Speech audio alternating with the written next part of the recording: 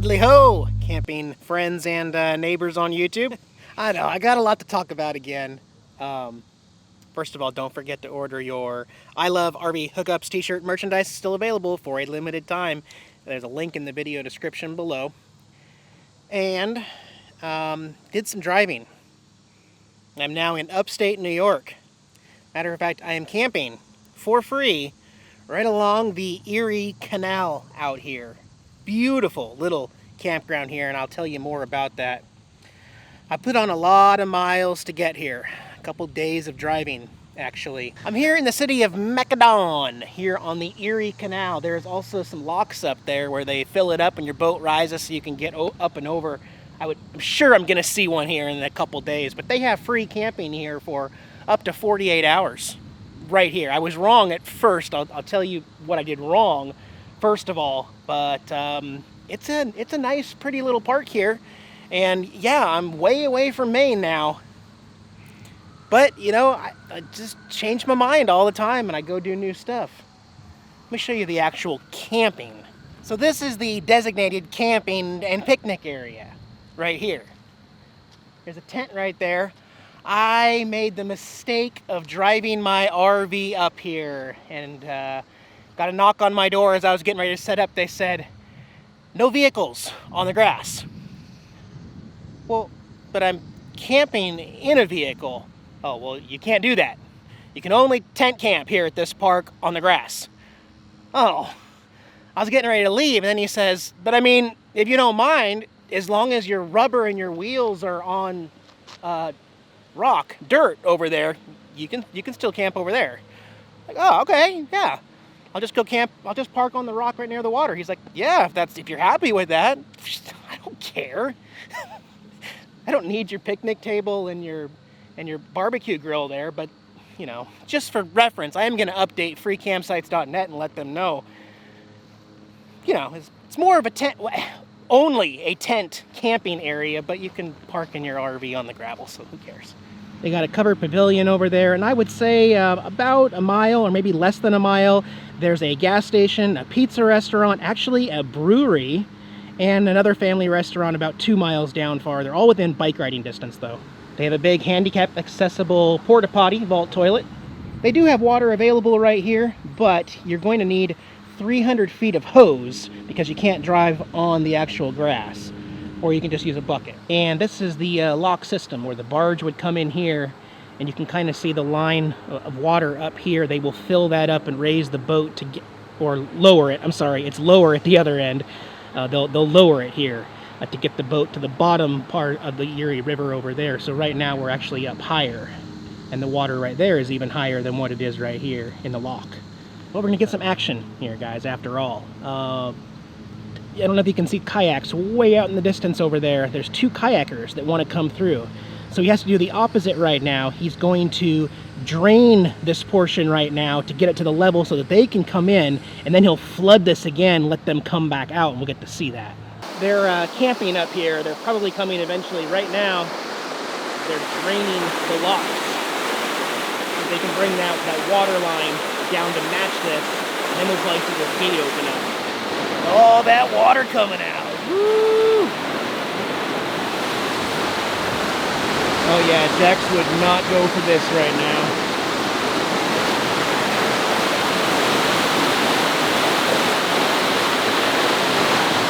You can already see over here how much lower the water is. Look at that. Way lower.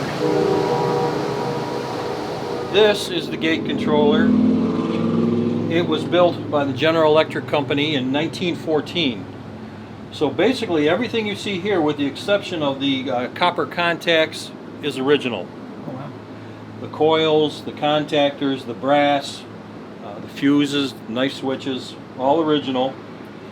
This is what we use to control one half of the gate. There's obviously 2 of these because you have 2 halves of a gate. You have them on the upper end and lower end. Every year, the chief and his operator pick a corner and they remove all the equipment out of the corner. They take the gate controller out, they take the limit switch out, and the motor assembly with its brake. So The original voltage on the Canal was 240 volts DC. It still is. We do buy commercial power, but we rectify it with a solid state rectifier for 240 volts DC for our purposes. Awesome. It's 104 years old. That is a 7-horse DC motor. With the brake assembly is probably around 800 pounds. And as you can see there, that is a brass cam limit switch.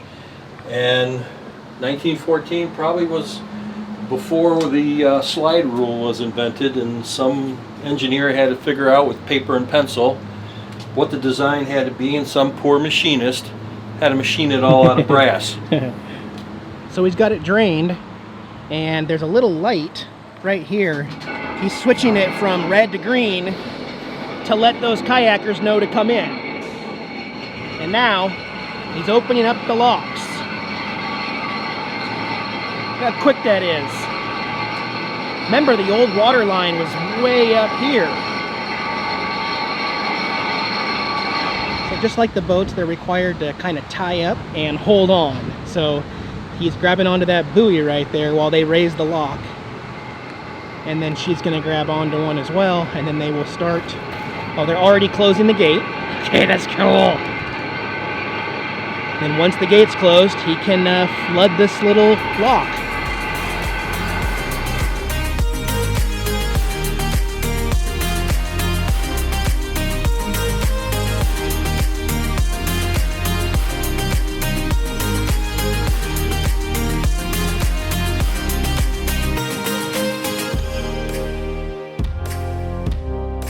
Now the water is just about up to the right level. I guess there's some science involved in making sure it's absolutely level with the river on the other side.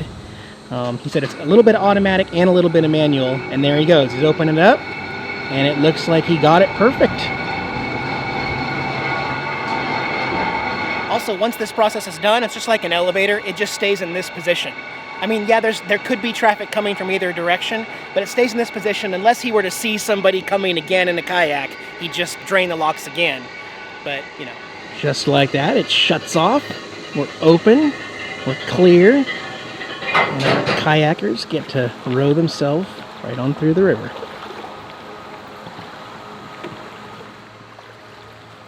Did you catch anything? Couple perch. Perch. Thank you, Jeff, for letting us see that. Not a problem. Thank you so much, bud. Jax, have you come out to smell the flowers? You gonna smell the flowers, Jax? I really like this place. We've got a nice sunset brewing behind me here. I'm going to stay here a couple days. Maybe like 3 days here in New York before I get on the road. And I thought I would share something absolutely stinking hilarious with you. Very funny. About the wrap, the actual design. There is a reason why this took 3 weeks to put together. That's because it is very important to make sure that you don't have a major, hilarious problem with your design. And luckily, when I was working with Z decals initially, this Nomadic Fanatic logo, the top part here, was actually in the middle on both sides, which looked okay on the other side, unless the door was open and you didn't see part of the lettering. But on this side especially, the way we had it designed was so that when the window opened up, the M and the A disappeared, which read, "No Dick Fanatic." I am not even kidding you. On the proofs that I got, it looked fine. It said Nomadic Fanatic. But I literally went outside and looked at what it would look like if that window was slid back and you just saw screen instead of my logo. A brilliant last-minute save, if I don't say so myself, because year-round I pretty much have this side window open. And I was almost advertising No Dick Fanatic. Thought you might get a kick out of that. That's why there's no rush when you're doing this work. It costs a lot of money, and you put a lot of time into it. Make sure it's right. Anyway, guys, I may be back from here, or I may be in a totally different state next time we meet. So have a good night. Jackson, I'll see you soon. I'll leave you with the sunset. Bye, guys.